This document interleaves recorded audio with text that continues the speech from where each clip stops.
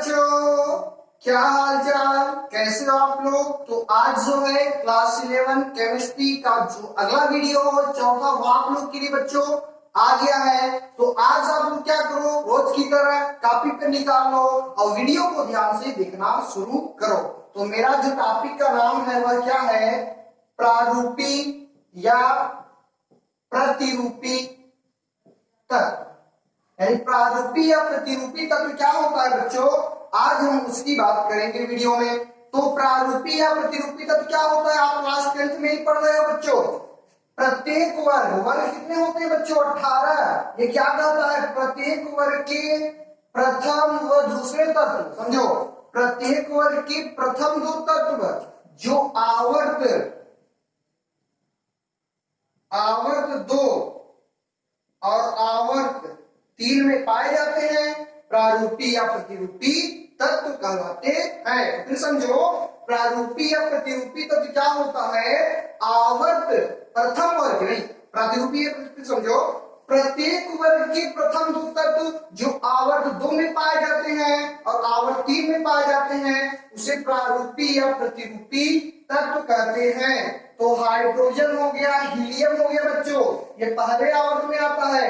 Lithium, beryllium, boron, ये सब दूसरे आवर्त में आता है, उसी को लिखना है। Lithium, beryllium, boron, carbon, nitrogen, oxygen, fluorine. और उस समय आखिरी गैस की डिस्कवरी नहीं हुई थी, यानी उसकी खोज अभी तक नहीं हुई है बच्चों, इसलिए उसको हम छोड़ दिए। तो lithium, beryllium, boron, carbon, nitrogen, oxygen, fluorine के बाद नियॉन, नियॉन के बाद कौन आता है, sodium, magnesium, aluminium, silicon, phosphorus, sulphur, chlorine. तो ये सब बच्चों क्या है, प्रारूपी या प्रतिरूपी तत्व है। क्यों, ये प्रथम वर्ग के प्रथम दो तत्व है और आवर्त 2 में है और आवर्त 3 में है, इसलिए बच्चों ये क्या है, प्रारूपी या प्रतिरूपी तत्व है।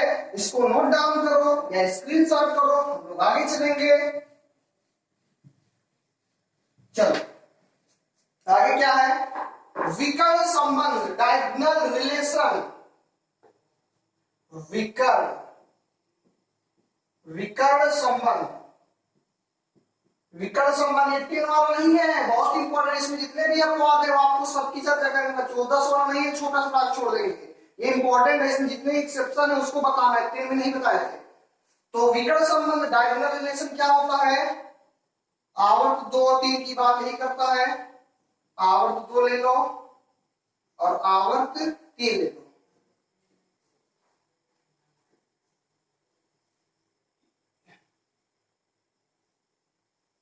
क्या कह रहा है ये, lithium, beryllium, boron, carbon, nitrogen, oxygen के बाद फ्लोरीन, या sodium, magnesium, aluminium, silicon, phosphorus, sulphur, chlorine. ऐसे दिन तक बात करो। वो क्या कह रहा है, ये कहता है डायगोनल क्या होता है, आवर्त 2 के हल्के तत्व। डायगोनल रिलेशन क्या होता है, आवर्त 2 के हल्के तत्व जो गुणों में उन तत्वों से समानता बतलाते हैं जो आवर्त 3 में पाए जाते हैं, उससे बच्चे क्या करते हैं, विकर्ण संबंध। फिर समझो क्या कर रहे हैं, आवर्त 2 के हल्के तत्व, क्या कर रहे हैं, आवर्त 2 के हल्के तत्व जो गुणों में उन तत्वों से समानता बतला रहे हैं जो आवर्त किसमें पाए जा रहे हैं, 3 में पाए जा रहे हैं, उसे बच्चों क्या कहते हैं, विकर्ण संबंध। जैसे लिथियम का संबंध मैग्नीशियम के इसका है, इसके बात में, यानी ये हल्के तत्व हैं जो गुणों में आवर्त 3 के तत्वों से समानता बतला रहे हैं। क्या समानता बतला रहे हैं, अभी उसको भी हम बता रहे हैं।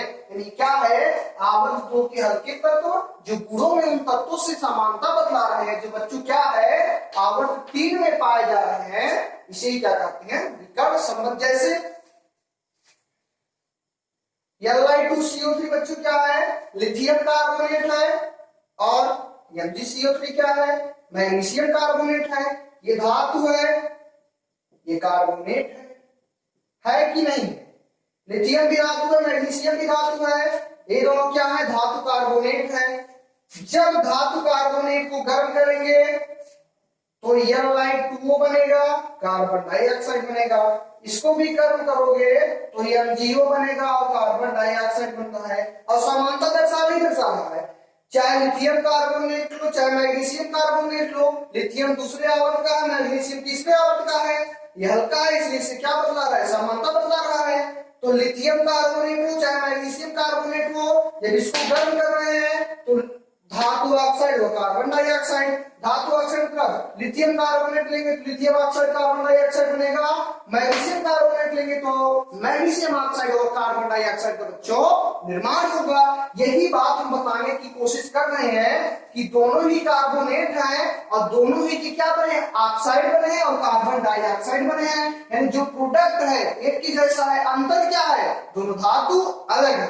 आई बात सुन में, दोनों कार्बोनेट है, दोनों धातु में अलग क्या है, ये लिथियम धातु है, ये मैग्नीशियम धातु है। उसी प्रकार से ऑक्साइड भी सेम होंगे, सिर्फ धातुओं का क्या रहेगा, अंतर रहेगा।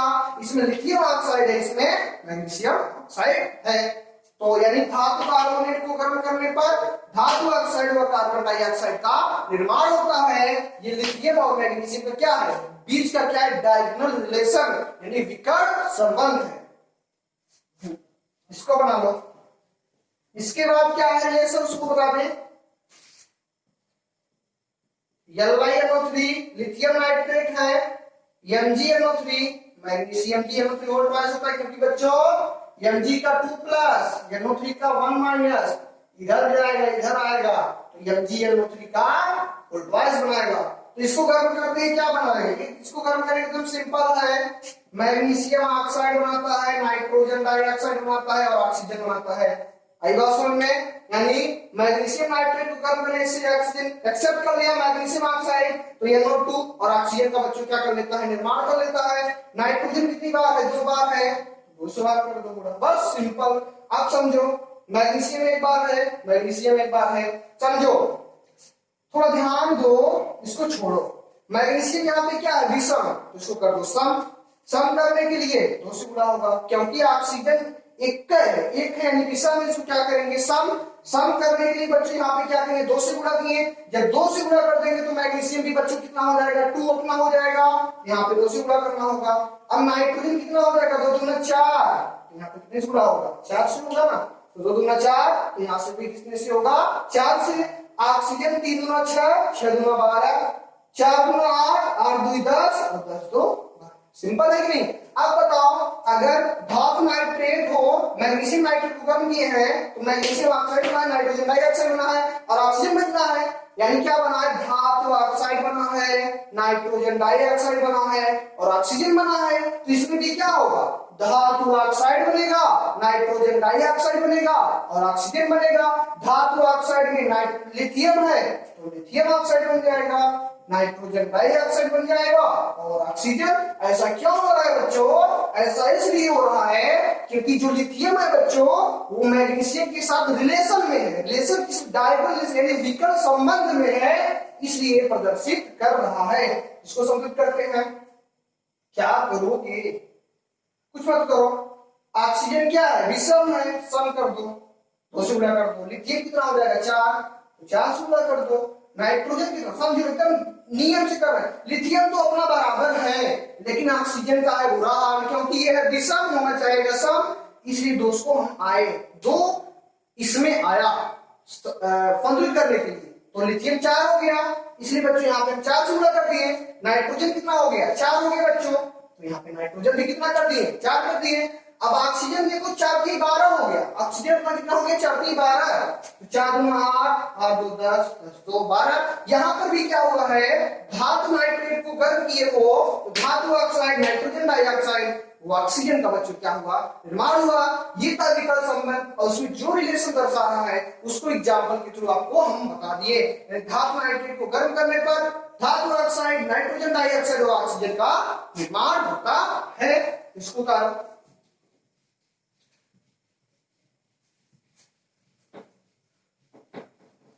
ताली से आगे बना लो, दीर्घाकार आवर्त सारणी। अभी तक आप लोग क्या पढ़े, मेंडलीव की मूल आवर्त सारणी, मेंडलीव की संशोधित आधुनिक आवर्त सारणी, और ये क्या है दीर्घाकार आवर्त सारणी यानी लॉन्ग फॉर्म पीरियोडिक टेबल। आधुनिक आवर्त सारणी मॉडर्न पीरियोडिक टेबल, ये दीर्घाकार आवर्त सारणी है यानी क्या लॉन्ग फॉर्म आवर्त सारणी।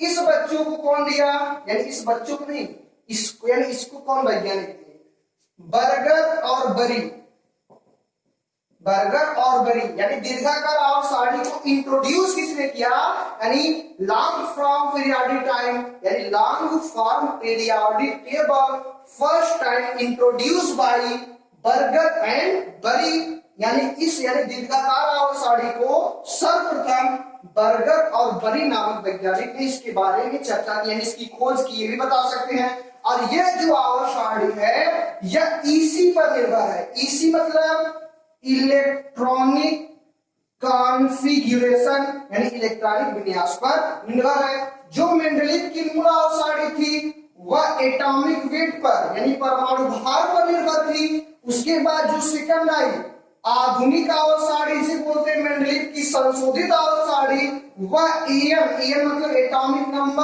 नंबर परमाणु क्रमांक पर यानी पहला परमाणु भार पर, दूसरा परमाणु क्रमांक पर। लेकिन ये जो तीसरा है दीर्घाकार आवर्त सारणी लॉन्ग फॉर्म पीरियोडिक टेबल, जिसको दिया था बर्गर और बरी नामक वैज्ञानिक ने, यह जो है बच्चों इलेक्ट्रॉनिक विन्यास पर आधारित है।